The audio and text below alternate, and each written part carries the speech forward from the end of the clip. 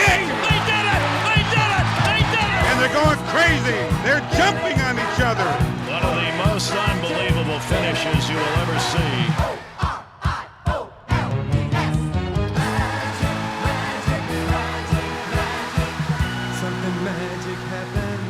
And welcome to it, a special edition of Orioles Magic, the podcast presented by Miller Lite, Brett Hollander, and Geoff Arnold, and a very special guest today, Geoff, the man that runs the Orioles system, big leagues, minor leagues, international, the big kahuna, as they say, Mike Elias, the general manager, with us for the first time. We're making Orioles Magic, the podcast history today, Geoff. We're going outside a little bit, but I'm super excited for this conversation because Mike, in addition to running the draft with the Orioles, this was what he did when he was in Houston, and then he had a lot of experience doing that as a scout when he was with St. Louis too. So he has a breadth of knowledge when it comes to these different elements, and right now every Orioles fan is glued to the draft, more so probably because we haven't had baseball start yet. We haven't had spring training to begin yet. So everybody is locked into this draft, which has become the Orioles Super Bowl, at least over the course of these first 2 years with Mike Elias running everything. Obviously, the draft is gigantic for every organization, every sport. When you're in the middle of a rebuild, it's hope. It's opportunity. When you're picking at 2 overall, I mean, these are magic moments, and you cannot fail. You cannot lose. Now, you don't have to hit a home run with every pick here, but you got to hit on that 2. And it's not just 2 this year for the Orioles. It's 2, 30, and 39, a part of a truncated draft. The Orioles only have 6 picks, but they're heavy early. And it's like having 2 first-round picks, essentially. I mean, to go 2 and 30.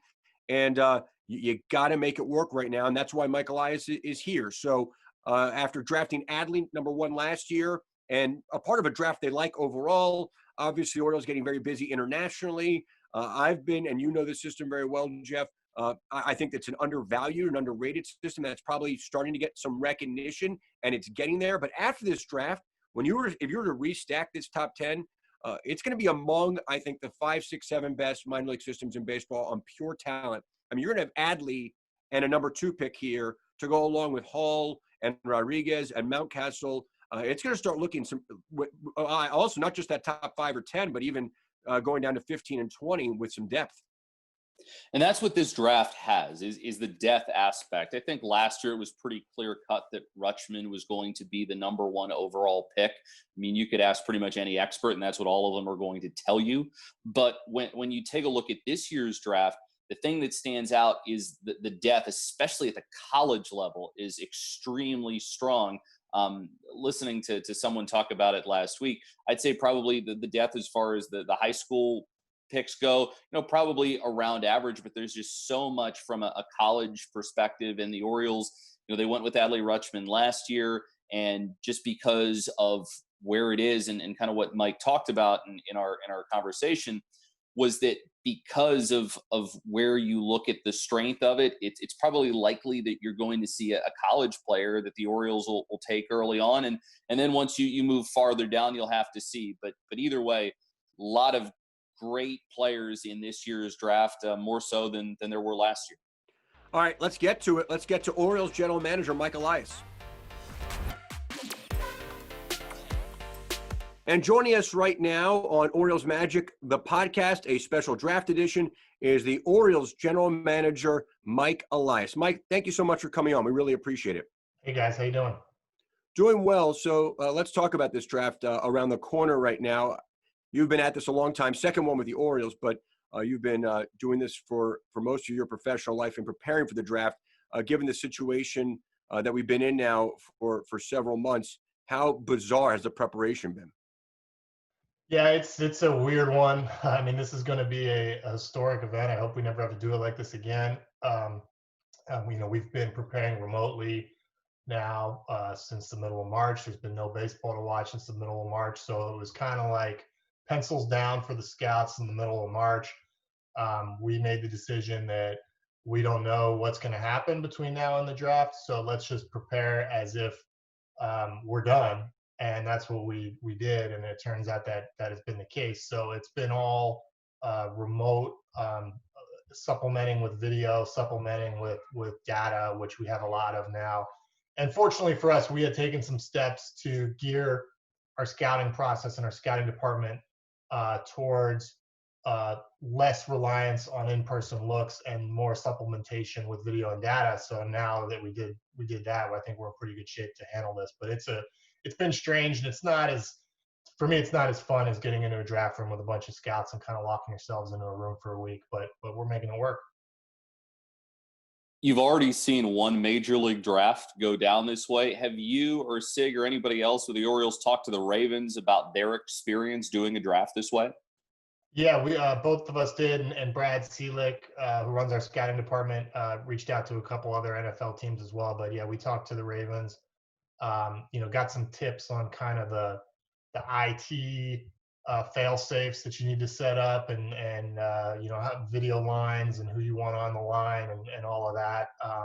Sounded like it went pretty smoothly for them, and I think our draft will be somewhat similar this year in that it's a 5-round draft. So it's not like we're running our 40-round draft like we typically do, where it gets real rapid fire. So hopefully it'll go as smoothly as the NFL's. Mike, if I recall correctly, you did have a lot of personal conversations last year with the potential number 1 picks.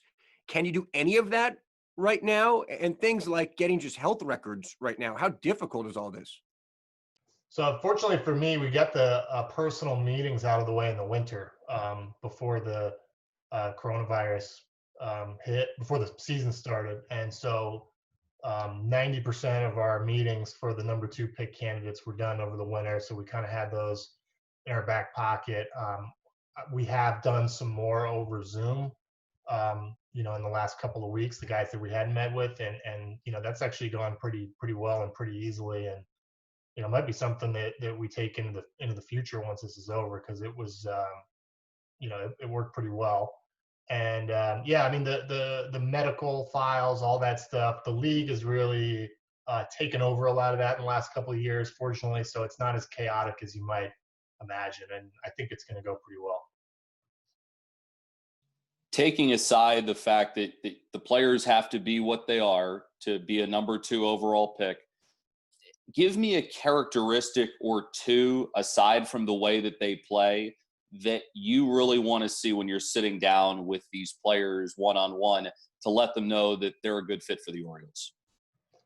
Yeah, when we have meetings with players, I think the thing that strikes you is they're when you're meeting with a guy for the number 1 or the number 2 pick, they're probably going to go on the first 5 or 6 picks of the draft, no matter what.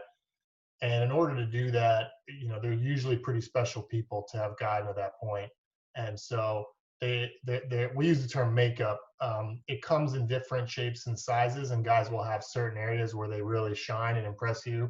And it's always a little bit different person to person, but they almost all have a very impressive aspect of their background or very impressive quality. So when we have these meetings, it's not necessarily trying to suss out good or bad fits. It's just getting a fuller picture of who the guy is, how he got to this point, where he thinks he's going.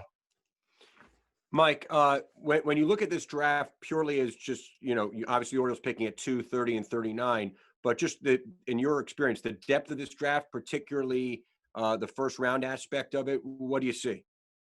Actually, I've read this, but it seems really good. It's kind of a shame we're having to cut it off after 5 rounds, because I think this is a better than average draft class. Because it's a 5-round draft, is it strictly about sticking to best player available and then maybe going on $20,000 signees where you draft more, where you go more for need? Or do you start taking need stuff into account in that 5-round period? No, definitely not. Usually the need part of the draft, like filling out your minor league system, going for depth in your minor league system, that usually doesn't come until around the 15th or 16th round in a normal year. So we won't get anywhere close to that this year. So we're going to be all going for the best prospects that we can sign with the money that we have at each of those picks. And then after the draft, with this new $20,000 free agency, we'll see we'll sign as many prospects as we're able to. But I just don't know how the players are going to behave in that scenario. We'll just have to see. Mike, sticking to the point about best available, and baseball, it's, often said, especially in the first part, that's what you do. You don't really look at your organizational needs. But do you ever assess in a draft, say, we're pretty stocked in pitching right now, or we're looking good at first base, or whatever it might be, but here's a player. Can you edge it that way if it is an organizational need, or is it purely based on potential and talent at that part of the draft? We try to base it, on just talent. When I was with Houston, we had a little bit of a conundrum with. We had Carlos Correa in 2015. He was looking really good. He had just debuted in the big leagues, and Bregman and Dansby Swanson were kind of two of our top targets for the number 2 pick. And it was like, okay, we already have a shortstop looking pretty good, but you just don't want to pass on that, and it's going to work out ultimately, and for them it did, with Bregman moving to third base. But I also think that speaks to players that play in the middle of the diamond, have an array of defensive options. It's a little easier to fit them all on one team than maybe drafting 3 first basemen in a row, 3 different years. But generally speaking, it's just not something where you can pick or choose. The baseball draft is tough, and you're just trying to have a successful pick, even that high. How much are you bringing someone like a Matt Blood or a Chris Holt into this process with you? Because once they go into your minor league system, those are going to be a couple of the people that are going to work with these players. Yeah, a lot. Chris Holt, who's our director of pitching, he's very involved with the pitcher evaluations that we go through in the draft, and gives us a sense of whether the player's a good fit for our program in terms of his stuff and his mechanics, in particular. So he's been very involved, and Brad Seelick, is running the process and running the draft for us. He's gotten Matt Blood and a lot of our hitting coaches involved in taking a look at guys' swings. So our player development side is very involved, and I think that's a big part of having harmony, is when they feel invested in who we pick and who we send to them. Mike, when you talk about different draft strategies and you have this bonus pool, and please explain it or correct me if I'm wrong in any way, there are different strategies. You can maybe go for someone at 2 who isn't necessarily one of those guys that everyone's been putting their mocks at 1, 2, or 3, and maybe save a little there, and then maybe overreach at 30. How do you weigh that out as you kind of navigate through this draft? Yeah, we're mindful of it, but we're going to have to see. I mean, I think that the number 2 pick is important enough where we're not going to do anything to feel like we're bypassing a player that we would have preferred in order to get a guy that's more signable so that we can hopefully spend more money later in the draft. I think when you do that strategy, you've got to feel kind of equal or indifferent about your 2 choices, or you think your guy is secretly the better player, even though he's projected to go a little lower in the draft. So we'll be taking somebody that we feel is the best pick at number 2, and then if we're able to leverage that into some better picks later, great. But it's going to be a little harder this year. I mean, we do have the 30 and 39 pick, which is awesome, but we don't have rounds 6 through 40 where normally you can kind of spread your money around. So that, it's not guaranteed that opportunity is going to present itself.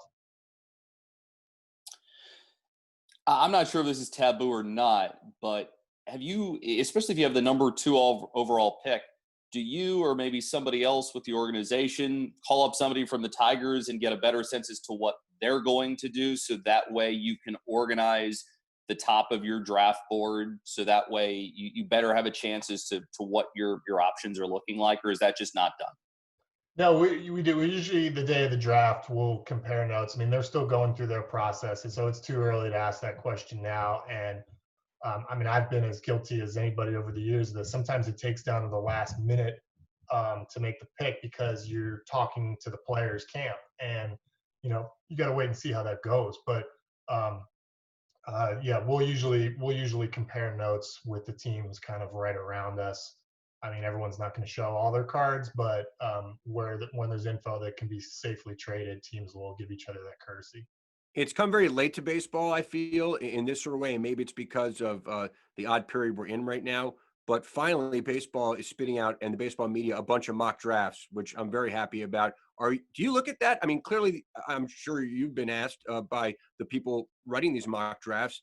Do you look at that as anything valid or even interesting, or is it just kind of curious to you? Totally. Always enjoy them when they come out. I mean, we're sitting here thinking about these players all day long, and it's just fun to read stuff that comes out like it is for fans. So we want to look at that, but there's so many mock drafts now, and a lot of them are really high quality. Some of these reporters have a lot of contacts and are doing a lot of research. It is a little tricky this year because you're not able to kind of scout the scouting traffic from ballpark to ballpark, and the scouts themselves have a little less gossip, but usually when you look at those as a whole, there are themes that start to emerge, and we feel that it does reflect, the odds pretty well. So we do keep an eye on it. When you get to the very final stages, you're about ready to, you have 2, 3 guys that you're looking at. How many people's opinions are you looking for at that point? Do you just want to select few that are going to help you make that decision and make that pick for number 2 overall? Or do you want maybe a broad swath of opinions at that point? Yeah, we get everyone's opinion who has any type of perspective, but ultimately, you've got to kind of crystallize that and boil it down, because it's a little overwhelming if you start listening to everybody. And we tend to, when it's all said and done, you kind of want to rely on your amateur scouts and your amateur scouting department first and foremost, because this is their specialty, of mastering that market. But we have experts from player development, we have experts from strength and conditioning, and different parts of the baseball operation that weigh in with their opinion. And then there's a lot coming in from the medical side. So it's really a lot to boil down. It takes a lot of different experts. But ultimately, this is our amateur department's Super Bowl, so we really rely on their expertise first and foremost. Obviously, we're in the Wild West right now, and how development and everything will change out of this 2020 season. But you made the comment last year after the Rutschman pick that basically he fit the club's timeline more than the alternative. Is that still kind of how you're looking at some of the possibilities here? I mean, obviously, that means you'd probably lean a little more college and high school, but is that still kind of your mindset right now when you look at the prospects of the system and how they're moving? Yeah, I don't know that factored in too much with him. He was just the best player for us and for the industry, and we didn't want to pass it up.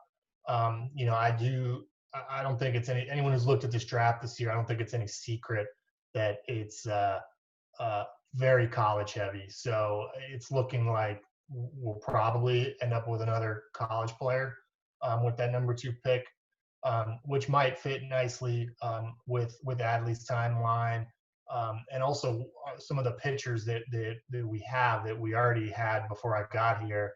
Those guys are getting into Double-A and getting somewhat close, to the big leagues. So hopefully this can all coincide. But timeline is not something that we worry about. When you take a really, really good high school player with the first or second or third pick of the draft, they usually fly up through the minor leagues almost as quickly as a college player, believe it or not. So it's not something that we discriminate with too much.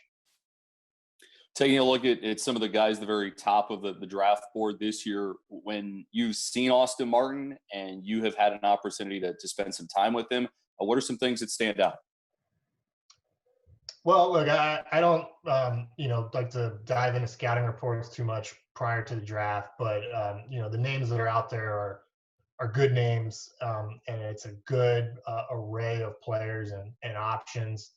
Like I was saying earlier, these guys that are being considered up there, they have a lot of positives, and that's why they're in consideration up there. So we're certainly looking at him and have followed him for years, as we are the other candidates. But we're nowhere near deciding, and it'll be something that we'll do the day of the draft.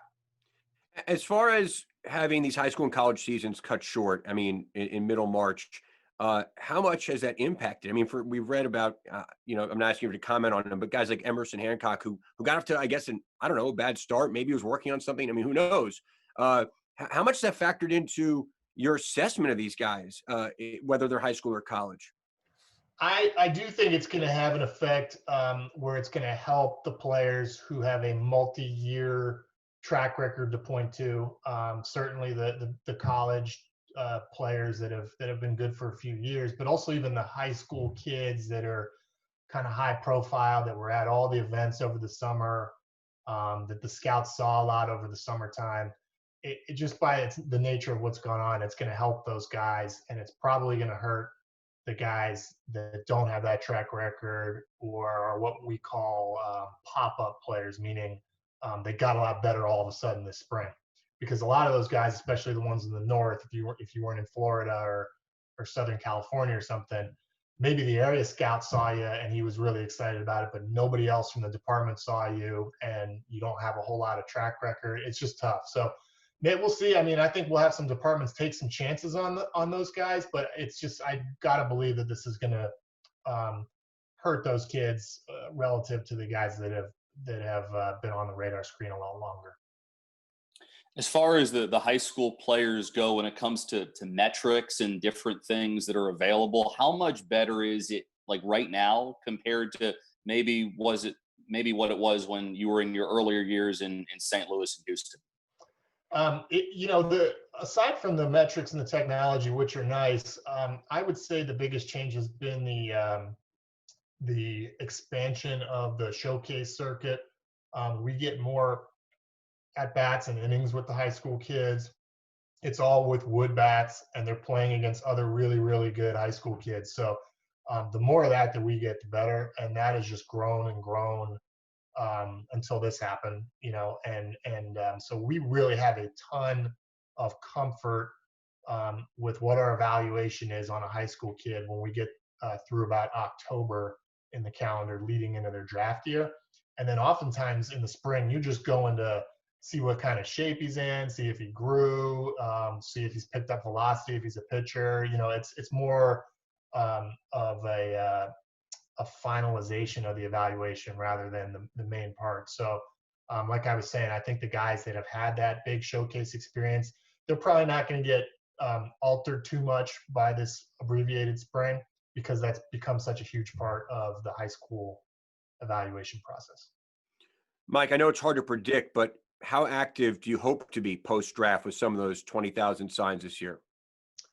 As active as possible. I mean, we have a tremendous opportunity here for any minor league or any player that wants to go pro and go into the minor leagues and become a big league player. And the reason for that is that we're in the middle of a rebuild.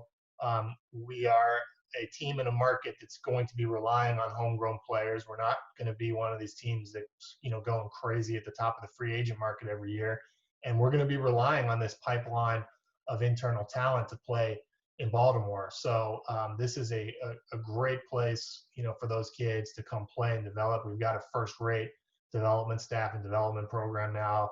A lot of technology, very modern. You saw what happened last year with the pitchers that we have. And so we're going to, throw the doors open for these guys to come sign with us. But, I do think that the whole setup here it's going to be challenging, and nobody in baseball knows how many of these kids are going to sign and how many will, elect to go back to amateur baseball next year, even with the uncertainty that amateur baseball has. So I'm hopeful that we can, sell kids on our opportunity and get some really good players in the free agent process. And we're definitely going to try. We've got a big effort underway to do that.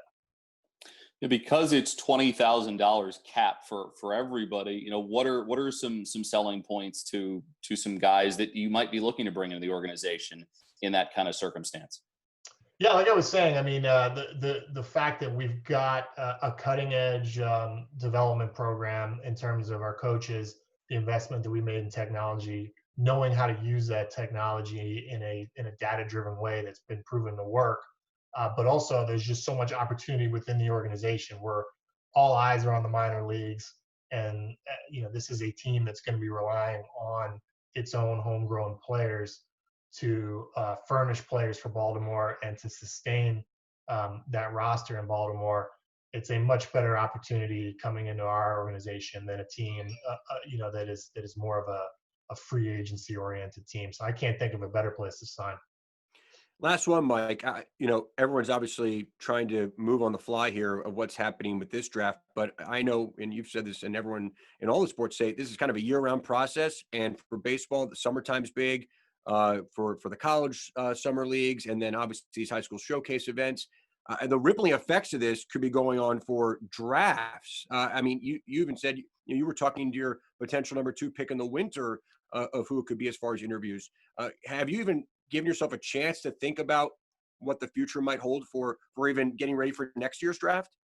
Oh, definitely. I mean, we're the list of concerns that this situation has imparted upon the way baseball is used to operating are numerous.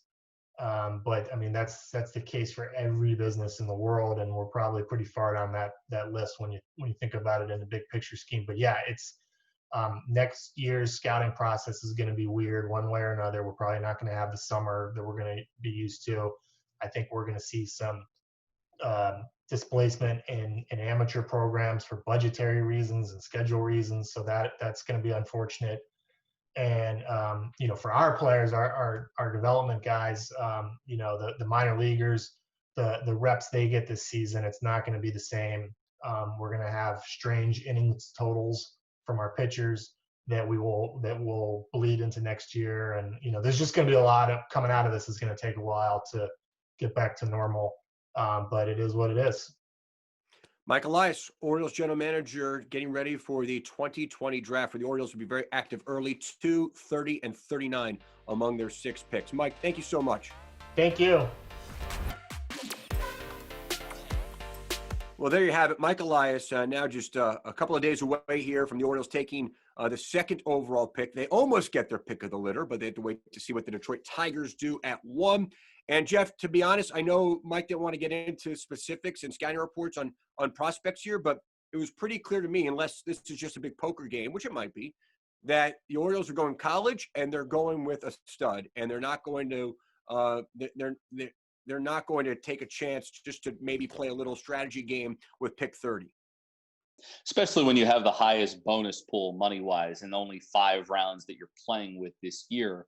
You're probably going to go straight by best player available, and you're going to take that approach for the first 5 rounds. I mean, Mike said it wasn't until later on where you start drafting for need to fill out different holes in your organization. And that should still mean great things for the Orioles, because depending on who you decide to pick with the number 2 selection overall, you still have a ton of depth once you're getting to picks 30 and 39. And it should be really exciting for Orioles fans that with these 5 picks, and then we'll also have to see how big of players that they are for those $20,000 non-drafted signees to add additional depth to the organization. I meant to ask this to Mike. In a typical draft year, how many guys do you actually sign in those 40 rounds? About 18 to 22, somewhere in that neighborhood for most clubs? I think it sort of depends on the year and what is available and what is out there and what you need. But I think it varies. I think it'd be hard to put a number on it. But the one thing we can't put a number on, and nobody knows right now, is just how many college players, especially like junior years or maybe redshirt juniors that are a little bit older, that'll have the opportunity to go back to programs next year because of the NCAA's allowing additional year of eligibility to college players next year. What is that market going to be like? Because we know that there are certain schools that are unfortunately going to have to either scale things back or their programs might fold in general. I think Western Carolina, for one, don't quote me on that, is one that had to. And then there are others that unfortunately are going to have to make some difficult decisions that affect scholarships and a bunch of different things as well. So I'm not really sure. I don't think anybody truthfully knows right now just how rich that market is going to be. But I think there's going to be a lot of really good players out there that are going to want to start their professional journeys, because next year, if you're an older player and you don't perform all that well, and the draft is not going to be 40 rounds, then some players might just decide to take what they've done and roll the dice now and sign and hopefully get to the big leagues. The rippling effects of it at every level of baseball, will be seeing this for a long time. And as Mike said, it's unclear when normalcy in that sense returns. But I know this, the Orioles have a budding farm system with an opportunity here to really cash in with their 6 picks, particularly at 2, 30, and 39, to get impact players. This is a good draft. It's a college-heavy draft, which is good in this case because I think there's less ambiguity surrounding some of the top prospects in this draft, and because we didn't have a high school and college season for the most part.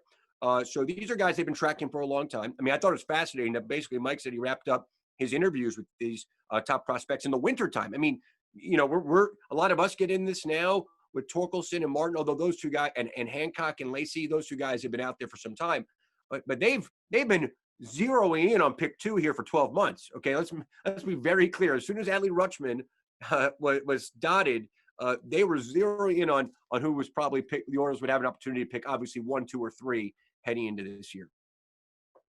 Yeah, and next year we'll have to see. I mean, we'll have to see how things shake out with the Major League Baseball season this year. But I think that the Orioles, it's not a stretch to say, will probably have a very good pick during the 2021 season if you look at the way that the alignment would work and you play baseball in 2020, playing against the AL East and the NL East. Those are the 2 very best divisions in baseball. Among the AL East is the toughest, and then the NL East is one of the toughest as well. But consider this too, Brett. You know, if the Super Bowl 1 for the Orioles is the draft domestically, the international signing period is the second Super Bowl for this team. And when you look at prospect lists, a lot of them are coming from those international ranks, and the Orioles now having a year to help build things up and get all the pieces in place as far as that goes. The international signing period is the next crucial period after the first-year player draft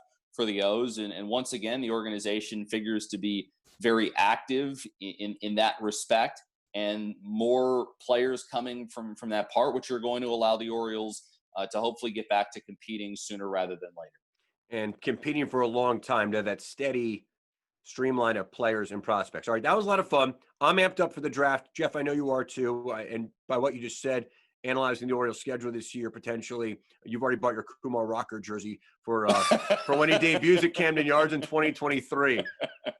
Well, I'm pretty excited about Kumar Rocker, especially Ben McDonald. Oh, yeah. Who joined us on the podcast. He has seen Kumar Rocker a few times, and he knows what he brings to the table. So hearing Ben's perspective, not only on Kumar, but on some of the different players that are available, that's another must listen on our Orioles Magic podcast. And he loves Austin Martin. No question about that. Special talent, special athlete. Geoff, that was fun. We'll do it again soon. Thanks for being with us on this special edition of Orioles Magic, the podcast, presented by Miller Lite.